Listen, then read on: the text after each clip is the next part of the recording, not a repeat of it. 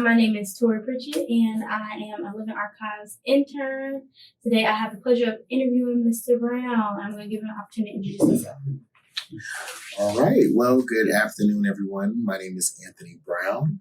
I am a Brooklyn born and raised native of New York and a proud graduate of Johnson C. Smith University, where I received my bachelor's in criminology, and then a proud graduate of North Carolina Agricultural and Technical State University, where I received my master's in leadership studies with a concentration in higher education.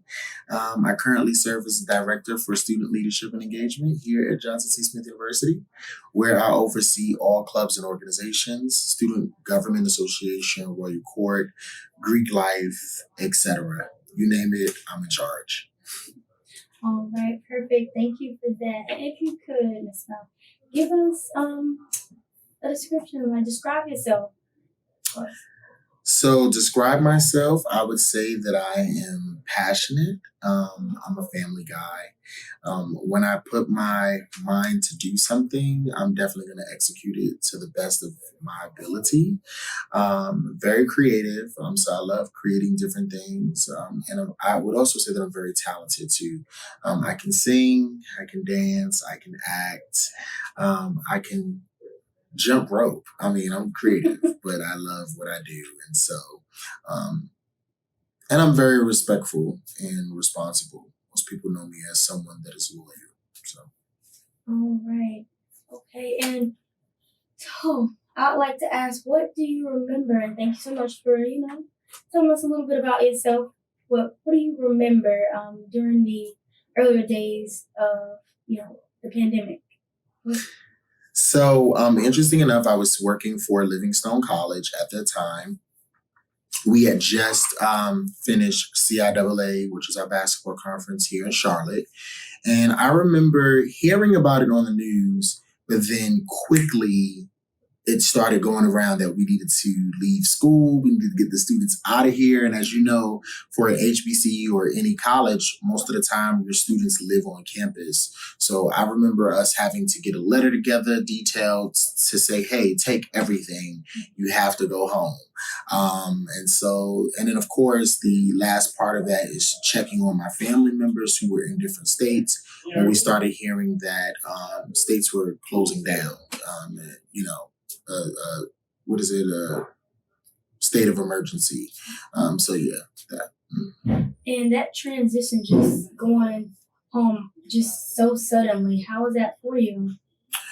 It was like, oh wow, is this really happening? Because you don't never really. I mean, there's always been things that have happened in society, but to actually experience my very first that I can remember state of an emergency, it was like, okay, let me get home.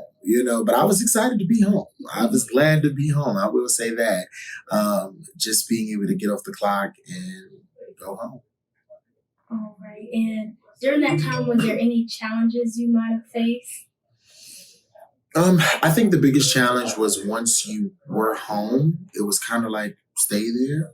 And then just making sure that you had the necessary needs. The other challenge was that the news was kind of saying all types of stuff. So it was kind of like, all right, 1 minute they say this, the next minute they say that. The best bet is to stay indoors. And Yeah. so, yeah, that was about it. Gotcha. And in terms of like social distancing or other, requirements, how did that kind of make you feel?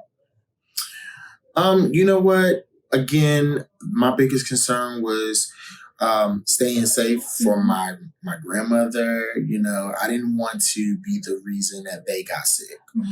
So it wasn't really a big deal for me. Of course, I had roommates, so it wasn't like I was in the house by myself, as some people probably had to be by themselves. I had people that I lived with, so as long as we were all in the house together, that we didn't have to social distance.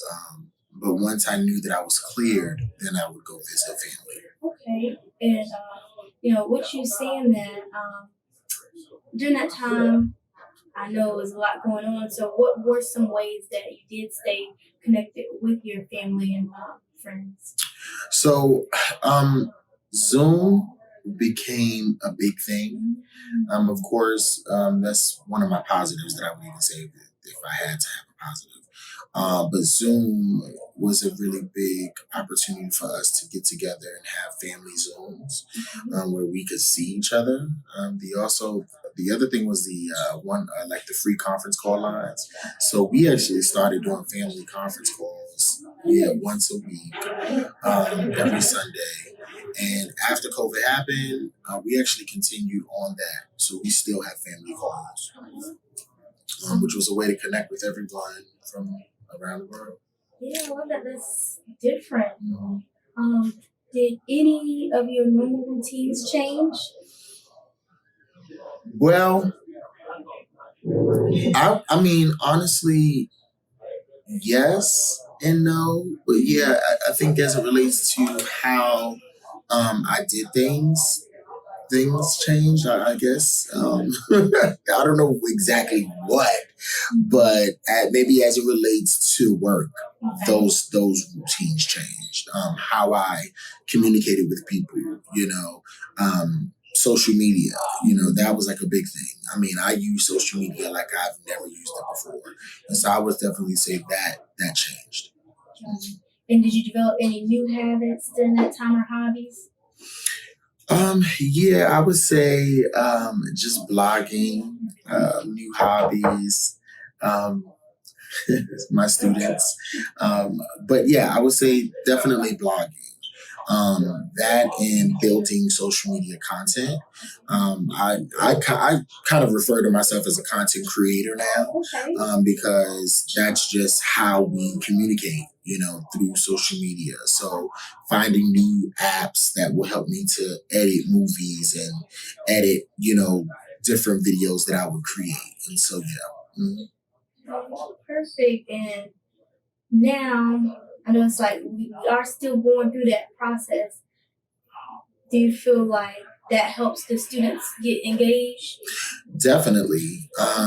Building social media content, begin again, this generation and even before this generation, like everyone's on social media. And so you want to be able to create things that will keep their attention. You want to create things that will get their attention. A lot of times you will see things come across your timeline on social media that don't necessarily have your attention. So you might just scroll right through. So you want to be able to create something that's going to capture their attention, keep their attention, and maybe even have them repost it or keep thinking about it. So I think it's been very, very helpful. Okay, it looks like you're on to mastering how to be a content creator. I'm trying to tell you. Let that be a book. These are the steps to it. Yes. All right. And so I do want to be mindful of your time, but I do ask all my participants because I just, just going through this, it was, it could be considered a tough time. So I like to ask, is there any advice that you would leave for anyone that may go through something similar to, the pandemic? One, I think cherish those connections because you just never know when you might have to be isolated. So cherish those connections, follow the rules. If they say, hey, state of emergency, we need you to stay indoors, stay indoors.